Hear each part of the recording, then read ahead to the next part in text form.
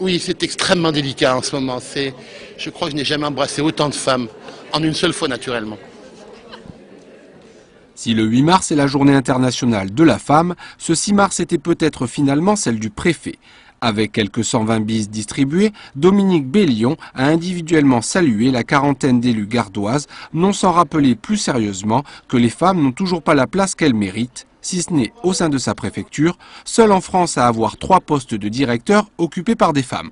Leur place augmente, mais elle n'est pas encore suffisante. Elle représente plus de 50% de l'électorat, 52,5%, mais elle représente une part moindre dans les fonctions au Parlement, de députés, de sénateurs, de conseillers généraux.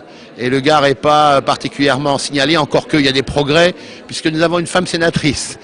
Mais nous n'avons que 2 femmes conseillères générales sur 43, ce qui ne fait pas beaucoup.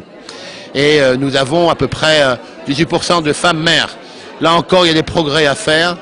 Même si la France est le premier pays au monde à s'être doté à l'an 2000 d'une législation afin de renforcer la parité en politique, force est de constater qu'elle n'est pas encore effective.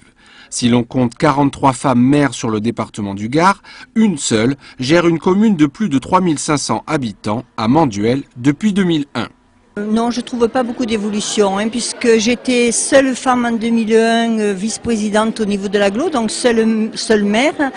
À ce mandat, je suis toujours seule femme au milieu de 26 maires.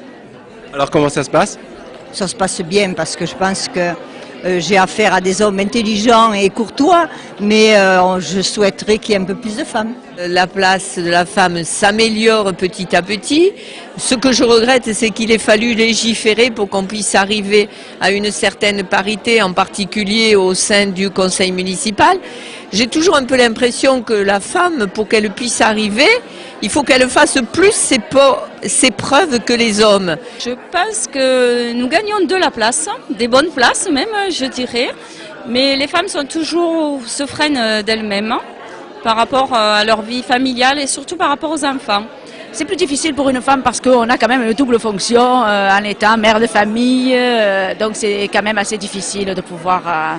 Mais bon, je crois qu'on va y arriver, parce qu'on est quand même volontaire. Et ce dont on s'aperçoit, moi qui travaille avec les maires très régulièrement, c'est que les femmes sont quand même quelque part mieux dans leur tête, mieux organisées, plus soucieuses du quotidien, du concret, plus concrètes.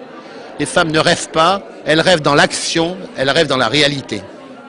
Reste qu'en matière de représentativité des femmes dans la vie politique nationale, à l'Assemblée comme au Sénat, la France fait figure de mauvais élève. Elle se situe au 13e rang européen et 58e rang mondial.